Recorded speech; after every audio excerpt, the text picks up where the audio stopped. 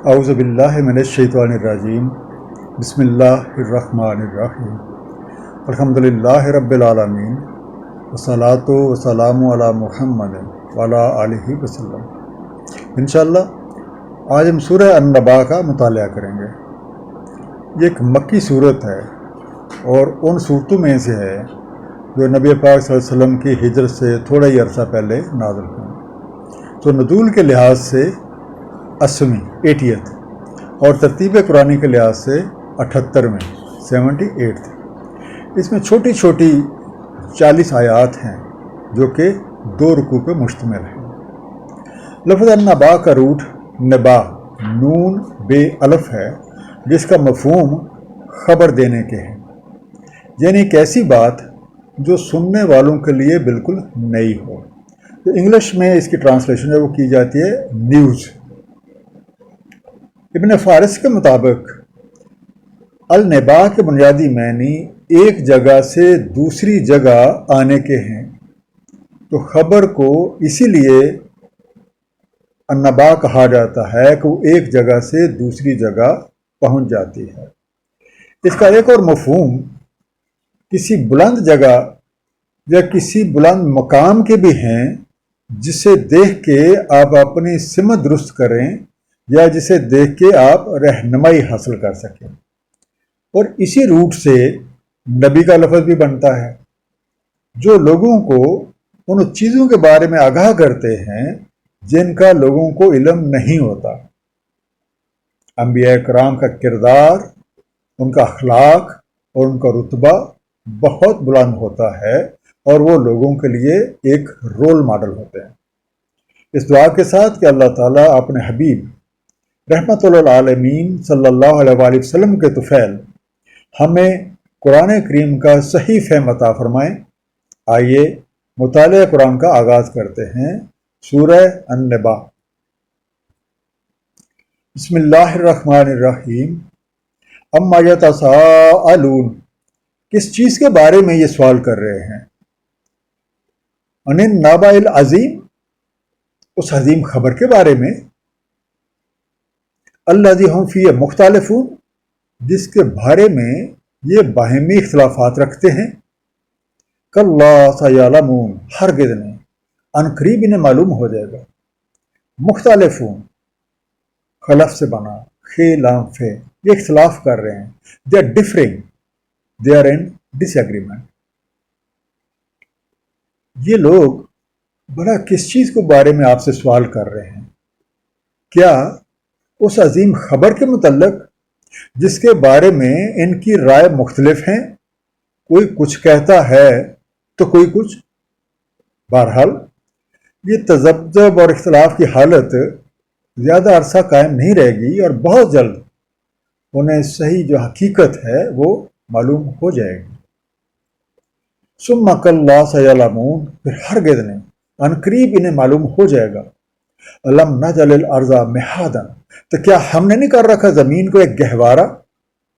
والجبال اوتادا، اور پہاڑوں کو بطور میخ۔ وخلقناکم ازواجا، اور ہم نے خلق کیا ہے تمہیں 2 رخوں پر۔ مہادن، مہد سے بنا، میم ہے دال، بچھونا، کریڈل، سمٹس کا ٹرانسلیشن کی جاتی ہے بیڈ اور ریسٹنگ پلیس۔ اوتادن، وتد سے بنا، واو تے دال، کھونٹے یا کیلیں، سٹیکس، سپائکس اور نیلز۔ اب کیا یہ لوگ غور نہیں کرتے کہ کس طرح نظام کائنات جو ہے مختلف منازل طے کرتا ہوا اپنی منزل کی طرف رواں دواں ہے؟ زمین پہ غور کر لیں، اپنے محور پہ بھی گھوم رہی ہے اور ساتھ ہی ساتھ سورج کے گرد بھی چکر لگا رہی ہے، اور اسے دوہری حرکت کی بدولت اللہ تعالیٰ نے اسے ہمارے لیے ایک گہوارہ بنا دیا ہے، اور پہاڑ اس قدر محکم ہیں کہ گویا کوئی میخیں گڑی ہوئی ہیں۔ تھوڑی دیر اور اپنے دائیں بائیں ذرا نظریں تو دوڑائیں، کس طرح ہر چیز 2 رخوں پہ قائم ہے، ہر چیز کے جوڑے ہیں، اور خود تمہاری نسل کا سلسلہ بھی نر اور مادہ کے ملاپ سے تشکیل پا رہا ہے، اور نسل در نسل سے یہ سلسلہ چل رہا ہے اور انشاءاللہ چلتا رہے گا۔ وجعلنا نومکم سباتا، اور ہم نے کر دیا تمہاری نیند کو وقفہ آرام. وجعلنا اللیل لباسا، اور ہم نے کر دیا ہے رات کو ایک لباس. وجعلنا النہار معاشا، اور ہم نے کر دیا دن کو معاش. سباتن سبت سے بنا، سین بے تے، وقفہ برائے آرام، ا بریک اور ا ریسٹ پیریڈ. ہماری زندگی دن اور رات کے عدل بدل سے ہی عبارت ہے. گویا یہ بھی دو رخ ہیں، جس طریقے سے ظاہر اور باطن، زندگی اور موت، اندھیرا اور اجالا، اور اچھائی اور برائی دو رخ ہیں. رات پہ غور کریں، یہ ہنگامہ زندگی میں ایک وقفہ ہے، اور یہ ایک ایسی حالت ہے جسے ہم موت سے قریب تر قرار دے سکتے ہیں. جیسے کہ سورہ الزمر آیت نمبر 42 میں ارشاد ہے، اللہ تعالیٰ لوٹا لیتا ہے انفس کو ان کی موت کے وقت، اور جن کی نہیں آئی موت ان کو بھی نیند میں، بس روک رکھتا ہے جن پہ موت طاری ہو چکی، اور بھیج دیتا ہے اوروں کو اجل مسمہ تک. بے شک اس میں نشانیاں ہیں تفکر کرنے والے لوگوں کے لیے. دن زندگی کی علامت ہے، معاش کا ذریعہ بھی اور اچھے اعمال کی مہلت بھی. وَبَنَيْنَا فَوْقَكُمْ سَبْعًا شِدَادًا، اور ہم نے بنا رکھے ہیں تم پہ 7 زبردست. وَجَعَلْنَا سِرَاجًا وَهَاجًا، اور ہم نے کر رکھا ایک منبع درخشانی کا. وَأَنزَلْنَا مِنَ الْمُعْصِرَاتِ مَاءً ثَجَّاجًا، اور ہم نے اتارا نچڑتی بدل سے پانی موسلا دھار. لِنُخْرِجَ بِهِ حَبًّا وَنَبَاتًا، تاکہ نکالیں اس سے اناج اور نباتات. وَجَنَّاتٍ الْفَافًا، اور باغات گھنے. شدادن شدت سے بنا، شین دال دال، بہت صلاحیتوں اور خوبیوں والا. زود اثر، یا آپ کہہ سکتے ہیں بہت مضبوط، اس کا ایک میننگ ہے اپوٹینٹ. سراجن سرج، کوئی ایسی چیز، کوئی ایسی ذات یا کوئی ایسی ہستی جو دوسروں کو اپنے نور سے روشن کر دے. ون کنڈل ادرس. وہاجن وہج سے بنا، واو ہے جیم، چمکتا، چکا چوند کرتا، تاباں ڈیزلنگ، گلوئنگ، بلیزنگ. سجاجن سجج سے بنا، سے جیم جیم، کثرت سے بہتا ہوا. Pouring abundantly. قرآن کریم نے نبی پاک صلی اللہ علیہ وآلہ وسلم کو سراج منیر کہہ کے پکارا ہے، جیسا کہ سورہ الاحزاب کی آیت نمبر 45 اور 46 میں. اور ایک دعوت دینے والا اللہ کی طرف اس کے اذن سے، اور سراج منیر. اس حوالے سے جب ہم اس آیت پہ غور کرتے ہیں، آیت نمبر 13 پہ، تو ہمارا ذہن نبی کریم صلی اللہ علیہ وآلہ وسلم کی طرف متوجہ ہوتا ہے، جن کی رحمت کا سایہ تمام کائنات پہ محیط ہے، کیونکہ اللہ تعالیٰ نے آپ کو رحمت للعالمین بنا کر بھیجا ہے. یاد رکھنے کی بات یہ ہے کہ رحمت عام ہوتی ہے، اور رحمتوں کی بارش سے سب مستفید ہوتے ہیں، جبکہ نعمتیں اچھی کارکردگی کرنے والوں کو ملتے ہیں. اور ہدایت جو اس زندگی میں سب سے بڑی نعمت ہے، سب سے بڑی اٹینمنٹ ہے جو کو حاصل کر سکے، وہ صرف ان لوگوں کو ملتی ہے جو خلوص نیت کے ساتھ، جو خلوص دل کے ساتھ اللہ کی طرف رجوع ہوتے ہیں اور اس کے لیے ہدایت کے لیے کوشش کرتے ہیں. اب نعمت اور ہدایت سے مستفید ہونا ہر ایک کی اپنی کوشش اور استعداد کے مطابق ہے. ان یوم الفصل کانا میقاتا، بے شک روز فیصلہ ایک میقات ہے. یوم ینفخ فی الصور فتاتون افواجا، جس روز نفخہ کیا جاتا ہے سور میں، سو آ جاتے ہو تم افواجن. وفتحت السماء فکانت ابوابا، اور کھولا جاتا ہے آسمان، بس ہو جاتا ہے ایک دروازہ سا. وسجرت الجبال فکانت سرابا، اور چلائے جاتے ہیں پہاڑ، سو ہو جاتے ہیں سراب. سرابن سرب سین رے بے سے بنا، ایک چمکتی ہوئی ریت. سراب کا لفظ ہم اپنی لینگویج میں یوز کرتے ہیں. فریب نظر، امیراج، ڈیلیوژن. اس کائنات پہ تفکر ہماری رہنمائی کرتا ہے کہ جس طرح قوانین ربی کے مطابق ہر چیز مختلف مراحل طے کرتی ہوئی رواں دواں ہے، بالکل اسی طرح ہماری عمر کا ہر لمحہ اپنے خاتمے کی طرف قدم بڑھائے جا رہا ہے. اور جس طریقے سے فصل کے پکنے اور کاٹنے کا وقت مقرر ہوتا ہے، بالکل اسی طرح سے اپنے اعمال کی فصل کاٹنے کا بھی ایک وقت معین ہے. اور اس روز ہر ایک چیز بالکل واضح ہو کے سامنے آ جاتی ہے، اور وہ لمحہ آتے ہی ہر کوئی اپنے رب کی طرف بلا چون و چرا چل دیتا ہے. ساری جو حشمت اور اکڑ فون دھری رہ جاتی ہے، اور جن چیزوں پہ تکیہ کیا ہوتا ہے سب خشک پتوں کی طرح ہوا ہو جاتے ہیں. ان جہنم کانت مرصادا، بے شک جہنم طاق میں ہے.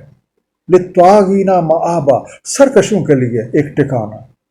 لابسین فیہا احقابا، وہ پڑے رہتے ہیں اس میں مدتوں. مرصادا رسد سے بنا، رے سواد دال، کھات لگائے ہوئے، لگاتار نظریں گاڑے ہوئے. Observing, watching. احقابا حقب سے بنا، ہے کاف بے، مدتوں، سالوں، یا آپ کہہ سکتے ہیں عمر بھر. Long period, long year. اب جو لوگ اپنی عمر من مرضیاں کرتے ہوئے گزارتے ہیں تو جہنم ایسے سرکشوں کی گھات میں ہے. اور جو راستہ یا جو طرز انہوں نے اپنا رکھی ہے کہ اس پہ چلتے چلتے لازماً جہنم میں ہی پہنچیں گے، اور پھر مدتوں اس میں رہیں گے، اپنے کیے کا خمیازہ بھگتیں گے. جیسے کہ سورہ المومنون آیت نمبر 12 میں ارشاد ہے، یہ اس لیے ہے کہ جب تمہیں دعوت دی جاتی تھی اللہ تعالیٰ وحدہ لا شریک کی، تم کفر کرتے تھے، اور اگر شریک کیا جاتا تو اس کے ساتھ کسی کو تو تم مان لیتے تھے. بس حکم اللہ تعالیٰ کا ہے، سب سے اعلیٰ، سب سے بڑا. لا یذوقون فیہا بردا ولا شرابا، نہیں وہ چکھتے اس میں کوئی ٹھنڈک اور نہ کوئی مشروب. الا حمیما وغساقا، سوائے گرم پانی اور دھون زخموں کا. جزاء وفاقا، صلہ پورے کا پورا. انہم کانوا لا یرجون حسابا، کیونکہ یہ لوگ نہیں امید رکھتے تھے کسی محاسبے کی. بردن برد سے بنا، بے رے دال، ٹھنڈک، کولنس. غساقا غساق سے بنا، پیپ، سخت میلا یا سخت غلیظ، نفرت انگیز. پرولینس اور ڈارک فور. جہنم کوئی عقوبت خانہ نہیں بلکہ ایک ایسی جگہ ہے جسے ایک جیل قرار دیا جا سکتا ہے، جہاں قیدیوں کو رکھنے کا مقصد ان کی اصلاح احوال ہے. یا ہم اسے ایک ایسا اسپتال قرار دے سکتے ہیں جہاں تمام موذی امراض کا شافی علاج کیا جاتا ہے، اور امراض کو رفع کرنے کے لیے بعض اوقات کڑوی دوائیں بھی کھلانی پڑتی ہیں، انجیکشن بھی لگانے پڑتے ہیں، اور اگر ضروری ہو تو آپریشن وغیرہ بھی کرنے پڑتے ہیں. ان اسپتالوں میں یا ایسی جیلوں میں جو سامان زیست ہے وہ کوئی آرام و آسائش کے لیے نہیں ہے بلکہ بیماری یا جرم کی مناسبت سے ہے. جیسا مرض ویسا ہی علاج اور اسی کے مطابق کی خوراک. اب جہنمی لوگوں کا پہلا قصور جو ہمیں ان آیات سے ملتا ہے وہ یہ ہے کہ وہ مکافات اور مکافات عمل کے قانون پہ یقین ہی نہیں رکھتے تھے، اور انہیں یہ امید ہی نہیں تھی کہ ایک دن انہیں اپنے کیے کا خمیازہ بھگتنا پڑے گا. اس طرح کے لوگوں کے بارے میں سورہ الزمر آیت نمبر 71 میں ارشاد ہے، اور لائے جاتے ہیں جو کفر کرتے رہے جہنم کی طرف گروہ در گروہ، حتیٰ کہ جب وہاں پہنچتے ہیں تو کھول دیے جاتے ہیں اس کے دروازے، اور کہتے ہیں ان سے اس جہنم کے رکھوالے، کیا تمہارے پاس نہیں آئے تھے رسول جو تلاوت کرتے تھے تم پر آیتیں تمہارے رب کی، اور تمہیں تنبیہ کرتے تھے اس ملاقات کے بارے میں؟ وہ کہتے ہیں کیوں نہیں. لیکن ثابت ہوا کلمہ عذاب کافروں کا۔ وَكَذَّبُوا بِآيَاتِنَا كِذَّابًا، اور جھٹلاتے رہے ہمارے آیات کو تکذیباً۔ وَكُلَّ شَيْءٍ أَحْصَيْنَاهُ كِتَابًا، اور ہر ایک شے ہم نے شمار کر رکھی ہے کتاباً، لکھ کے۔ فَذُوقُوا فَلَن نَّزِيدَكُمْ إِلَّا عَذَابًا، سو مزہ چکھو بس نہیں زیادہ کرتے ہم تم پہ مگر عذاباً۔ أَحْصَيْنَاهُ، ہنسی، ہے سواد یہ سے بنا، ہم نے خوب گن رکھی ہے، ہم نے حصار میں لے رکھی ہے۔ We have enumerated, we have counted, we have surrounded۔ اب دوسرا جرم ایسے لوگوں کا یہ ہے کہ وہ اللہ تعالیٰ کے احکامات کو جھٹلاتے رہے، اور کبھی انہیں یہ خیال ہی نہ گزرا کہ ان کے ہر عمل کا مکمل ریکارڈ مرتب کیا جا رہا ہے جو وقت پڑنے پہ ان کے سامنے رکھ دیا جائے گا۔ ایسے لوگوں کو اپنے کیے گا خمیازہ بھگتنا ہے، اور اس کے لیے عام طور پر لفظ عذاب کا استعمال کیا جاتا ہے۔ عذاب سے مراد محض تکلیف یا سزا نہیں ہے، بلکہ ہم اسے ایک سخت برتاؤ بھی کہہ سکتے ہیں جس کا ایک مقصد ہے، اور وہ مقصد بہتری اور اصلاح احوال ہے۔ اور اس کا ایک اور پہلو ایسے لوگوں کو ان کی غلطیوں کا احساس دلانا ہے اور اللہ تعالیٰ کی طرف معافی اور تلافی کے لیے متوجہ کرنا ہے، جیسا کہ سورہ المومنون آیت نمبر 72 میں ارشاد ہے، تحقیق ہم نے انہیں پکڑا عذاب سے، بس نہ وہ سرنگوں ہوئے اپنے رب کے حضور اور نہ وہ گڑ گڑائے۔ اور سورہ یونس آیت نمبر 98 میں ارشاد ہے، تو کیوں نہ ہوئی کوئی بستی کہ ایمان لے آتی، تو نافع ہوتا اس کا ایمان لانا بجز قوم یونس علیہ السلام کے۔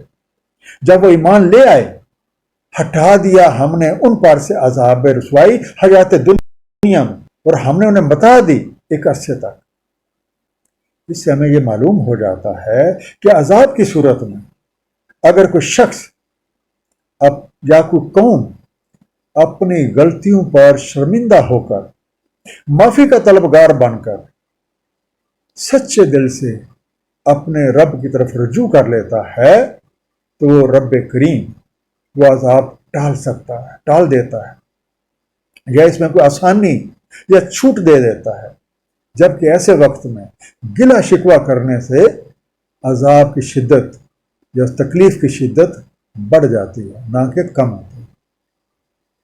ان للمتقین مفازا، بے شک متقین کے لیے تو کامیابی ہے، حدائق و اعنابا، چمن اور انگور، و قوائب اترابا، اور نمایاں ہم عمر، مفازن فوج سے بنا، فے و زے مراد برانا، کامیاب ہو جانا، سکسیس، اٹینمنٹ، قوائبہ کعب سے بنا، کاف این بے شاندار، عالی مرتبت، عالی مرتبہ، عالی شان، پرامیننٹ، سپلینڈڈ، سپرب، ارینج پارٹ۔ اب اس لفظ پہ غور کریں، اسی روٹ سے کعبہ کا لفظ بنتا ہے، جس سے مراد عام طور پہ وہ عمارت لی جاتی ہے جو ایک نمایاں انداز میں سین حرم کے وسط میں استادہ ہے اور عزت اور توقیر کے لحاظ سے دنیا کی تمام عمارتوں پر فضیلت حاصل ہے۔ اسی روٹ سے کعبین کا لفظ بھی بنتا ہے، جس سے مراد ٹخنے ہوتے ہیں، اور ٹخنے عام طور پہ تھوڑے سے باہر کی طرف بڑے ہوتے ہیں، یا آپ کہہ سکتے ہیں ریسٹ ہوتے ہیں۔ کعب کو بطور نام بھی استعمال کیا جاتا ہے، جیسا کہ ایک صحابی کا نام کعب بن مالک رضی اللہ تعالیٰ عنہ تھا۔ اب جس طریقے سے ناکام ہونے والوں کے حصے میں تکالیف اور مصائب آتے ہیں، اسی طرح کامیاب ہونے والوں کو اللہ تعالیٰ کی طرف سے نعمتیں اور آسائشیں ملتی ہیں۔ ان کے شاندار ساتھیوں کا ہم مزاج اور ہم عمر ہونا اس بات کا اظہار ہے کہ ان کے باہمی تعلقات میں بھی ایک مکمل ہم آہنگی اور یگانگت موجود ہے۔ وَقَاسًا دِحَاقًا، اور کاسا چھلکتا ہوا، لا یسمعون فیہا لغوا ولا کذابا، نہیں سنتے اس میں کوئی لغویات اور نہ ہی کوئی کذب۔ جزا من ربک عطاء حسابا، صلہ ہے تمہارے رب کی طرف سے بطور عطا حساب سے۔ دہاقن دہق سے بنا، دال ہے کاف، لبریز پوری طرح بھرے ہوئے، اوور فلڈ اور فلڈ ٹو فلیسٹ ایکسٹینٹ۔ اب ایسے لوگوں، ایسے اچھے لوگوں کا جو انجام ہے، ایک خوبصورت، پرسکون اور پاکیزہ ماحول، اور وہ تمام اسباب رب کریم کی طرف سے مہیا کر دیے جاتے ہیں جو ان کی ضرورت کے لیے کافی ہے، لیکن یہ سب کچھ ان کے اچھے اعمال کی بدولت ہوا۔ رب السماوات والارض وما بینہما الرحمن لا یملکون منہ کتابا، رب آسمانوں اور زمینوں اور جو کچھ ان کے مابین ہے، الرحمن، نہیں یہ اختیار رکھتے اس سے کسی کتاب کا۔ یوم یقوم الروح والملائکۃ صفا، جس روز کھڑے ہوتے ہیں روح اور ملائکہ صف بستہ، لا یتکلمون الا من اذن له الرحمن وقال صوابا، نہیں کوئی کلام کرتا اس سے سوائے اس کے جسے اذن دے الرحمن اور وہ کہے درست بات، صوابا صوب سے بنا، سواد باؤ بے، بالکل ٹھیک، کریکٹ، رائٹ۔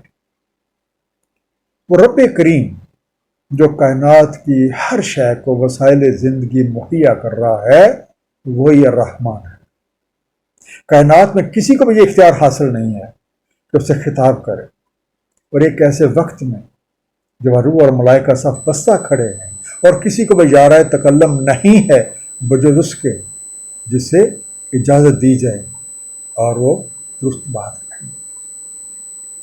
ذالک یوم الحق، یہ ہے یوم الحق، فمن شاء اتخذ الی ربہ مآبا، بس جو کچھ چاہے بنا لے اپنے رب کی طرف کا ٹھکانہ۔ انا انذرناکم عذابا قریبا، بے شک ہم نے تمہیں تنبیہ کر دی ہے ایک قریبی عذاب کی۔ یوم ینظر المرء ما قدمت یدہ، اس روز دیکھ لیتا ہے ہر شخص جو اقدام کیا اس نے اپنے ہاتھ میں۔ وَيَقُولُ الْكَافِرُ يَا لَيْتَنِي كُنْتُ تُرَابًا، اور کہتا ہے کافر، اے کاش میں خاک ہو جاتا۔ مآبا، اوب سے بنا، پلٹ یا لوٹ آنے کی جگہ یا مقام، a place of return or a resort، جو آپ کہہ سکتے ہیں کوئی ایسی جگہ یا کوئی ایسا مقام جہاں آپ خود اپنے اختیار کے ساتھ پہنچتے یا لوٹتے ہیں۔ to return with one's intention۔ اب یہ دور یا یہ وقت ایک ایسی حقیقت ہے جو واقعہ ہو کے رہتا ہے، ہر کسی کو اپنے اعمال کے مطابق صلہ مل کے رہتا ہے، لہذا جس کا جی چاہے اپنے رب کی طرف ٹھکانہ بنانے کے لیے قدم بڑھائے، جیسا کہ سورہ المزمل آیت نمبر 19 اور سورہ الدہر آیت نمبر 29، ان دونوں میں ایک ہی جیسے الفاظ میں ارشاد ہے، بے شک یہ ایک تذکرہ ہے، بس جو کوئی چاہے اختیار کر لے اپنے رب کی راہ۔ اور آخری آیت پہ ذرا غور کیجیے، غور کر لو، دیکھو تم ایک واضح انداز میں ہر چیز کھول کھول کے بتائی جا رہی ہے اور بتا دی گئی ہے۔ اب بھی اگر تم نے اپنی روش نہ بدلی تو بہت جلد وہ حقیقت تمہیں آ لے گی، لیکن جب نتیجہ برآمد ہو کے سامنے آ جاتا ہے اس وقت چیخو پکار کرنے کی، معافیاں مانگنے کی کوئی حقیقت نہیں ہے۔ اس لیے آج اپنے آج کو بدلو، اپنے حال کو بہتر کر لو، تو انشاءاللہ مستقبل خود بخود ٹھیک ہو جائے گا۔ مختصر سا خلاصہ، اس کائنات میں موجود ہر شے دو رخوں پہ قائم ہے اور قوانین قدرت کے تحت مختلف مراحل طے کرتے ہوئے محو سفر۔ بالکل اسی طرح ہم بھی زندگی کی بیلٹ پہ اپنا سفر طے کر رہے ہیں۔ اس سفر میں ہدایت اور گمراہی، اندھیرے اور اجالے، آسانی اور تکالیف وغیرہ وغیرہ سارے سامان موجود ہیں۔ اس سفر کو آسان بنانا یا اس سفر کو مشکل بنانا بھی ہمارے اپنے ہی اختیار میں ہے۔ اور جب کوئی آدمی اس سفر کو اللہ کی وحی کی روشنی میں نبی پاک صلی اللہ علیہ وآلہ وسلم کے طریقے کے مطابق طے کرتا ہے تو وہ منزل کو پا لیتا ہے، اور جو کوئی اپنی محدود عقل و سمجھ کے مطابق چلتا رہتا ہے مشکلات میں گھر جاتا ہے۔ اللہ تعالیٰ نے اس سفر کی نشاندہی انبیاء کرام کے ذریعے فرمائی اور نبی پاک صلی اللہ علیہ وآلہ وسلم پہ دین کامل فرما دیا۔ اللہ تعالیٰ نے کمال مہربانی کے ساتھ ایسے انتظامات کر رکھے ہیں کہ جو کوئی بھی راہ ہدایت کی طرف قدم بڑھانا چاہتا ہے تو اس کی رہنمائی کا بندوبست کر دیا جاتا ہے۔ اس راستے کے رہنما کتاب قرآن کریم ہے اور اس پہ عمل نبی پاک صلی اللہ علیہ وآلہ وسلم کے طریقے کے مطابق ہی مطلوب ہے۔ اس راہ پہ چلنا یا اس راہ پہ نہ چلنا ہماری ثوابدید پہ منحصر ہے۔